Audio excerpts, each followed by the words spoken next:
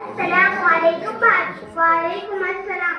क्या हुआ भाभी, आपका मुंह बहुत उजला है, किसी के साथ झगड़ा हुआ क्या?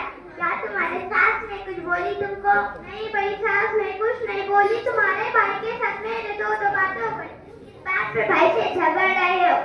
आज क्या हुआ, अगले इतवार को मेरे खाला की लड़की की शादी है, लेकिन तुम्हारे भाई बोलते शादी की दिन शाम में वापस आ जा।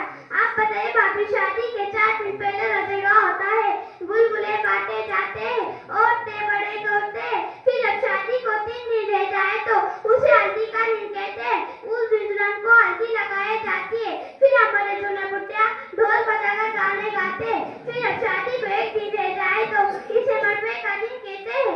इस दिन घर के सामने मड़वा डालते हैं, दुल्हन को चौरस पे बिठाते हैं, कितने सारे चीजें रहते हैं। नहीं बोलते तो शादी के दिन शाम को वापस आ जा।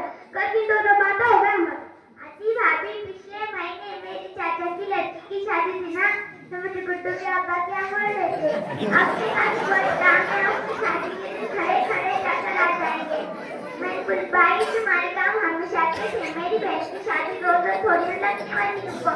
आने तक आओ मत चलिए, घर से 1 दिन पहले गई तो वाली में के दूसरे दिन न चाहिए। देखो भला भाभी, तुम नजर थोड़ा बोले तो जान दिए तुम घूमे या मुंह बजा बजा कर तक गई, फिर भी बाबा जान नहीं देता।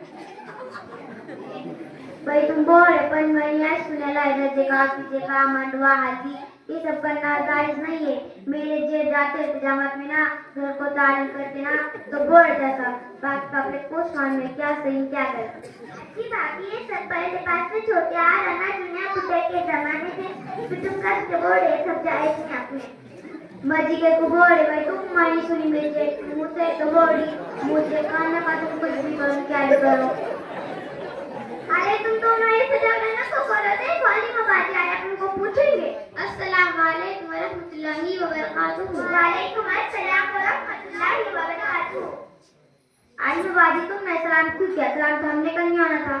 हाँ बाजी, आप तो उम्र में भी हमसे बड़ी और जिनकी समझ भी तुमको बहुत ज्यादा है। तुमसे किसने कहा कि जो उम्र बड़ा हो वो छोटों को सलाम ना करे? किसने नहीं बोला, पर देखते हम बाया हुए कभी छोटी उम्र की बड़ी सलाम भूल गई ना, बड़ी उम्र के बड़े टोकते उसको बोलते आगे सलाम कलाम आई के नहीं चल जो इस बोले के करके हमको लगा जो उम्र में बड़ा होता है वो छोटों को सलाम नहीं करता। नहीं, ये गलत है, किसी भी औरत को ये कहने का हक नहीं है कि वो दूसरी औरत को टोके कि मुझे सलाम क्यों नहीं किया। अगर छोटी उम्र की औरत तुम्हें सलाम ना करे तो तुम इसे सलाम करो, क्योंकि जो औरत पहले सलाम करती है वो अल्लाह ताला को ज्यादा पसंद है। तुम बोले तो ऐसा बोले, सास लोग सलाम करी, सास को ज्यादा स्वाब मिलेगा ऐसा। हाँ ऐसा, लेकिन बहू का काम है कि वो सास को सलाम करे, क्योंकि छोटों के जिम्मे होता है कि वो बड़ों को सलाम करे। ऐसे कैसे बोल बात कर रहे बाकी तुम कभी बोलते बड़ों ने सलाम करना, कभी बोलते छोटों का ने सलाम करना। मैं इस तरह कुछ में जल्दी समझ नहीं आता, क्या बोले साफ साफ बोलो तो। बात बिल्कुल सीधे है कि हर छोटा अपने बड़ों को सलाम करे। सलाम ना करने पर किसी को सताना मत दो, तुझे सलाम कलम है क्या नहीं? हमारे नबी सल्लल्लाहु अलैहि वसल्लम बच्चों को भी सलाम करते थे। चलो ठीक है, अब तुम्हें बताओ कि आपस में क्या बातें कर रही थी? अजी क्या हुआ मालूम है कि भाभी की खाला की लड़की की शादी है अगले इतवार को, 3-4 दिन पहले जाने का था। उनकी मियाँ बोलती शादी के दिन जा और शाम को वापिस आ जा, इस बस तो कहते हैं, दूसरा कुछ नहीं। अब आप बताओ बाजी, शादी के दिन जाने का शाम को वापस आने का दूर के फोन सरकार अच्छा लगता है कि कल तक में चुप शादी के लोग कैसे करेंगे? शादी के दिन आएंगे चले जाएंगे। अरे भाभी, आपको मालूम होना चाहिए कि शादी से पहले की जाने वाली रस्मात जैसे रजका करना, हल्दी के दिन हल्दी खेलना या मलबा डालना, इसका ना कुरान में सबूत है न किसी हदीस से साबित है। फिर आप इन बुजुर्गों को क्यों इतनी अहमियत दे रही हो? कहना बोलती मैं तुमको मैं दुटत लगता। अभी तू कच्ची बैठी तो क्या बोलते ना देखी के नाम में भूल में हमें कुछ सच्ची बाकी रजेगा फजेगा जायज नहीं अपने में, बिल्कुल भी जायज नहीं है, बल्कि जो औरत इसे जरूरी समझती है वो गुनहगार है। वही कल किस्में कहीं नहीं जाती।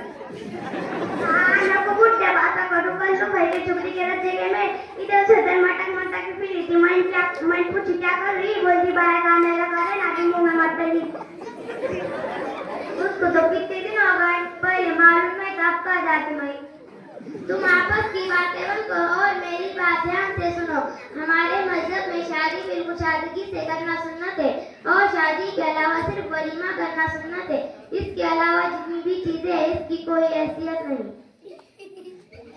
और हाँ, कुछ काम तो वो है जिससे गुनाह मिलता है, जैसे शादी के मौके पर गाने बजाना या डांस करना, औरतों का मेकअप करना, पर्दे का ख्याल ना करना।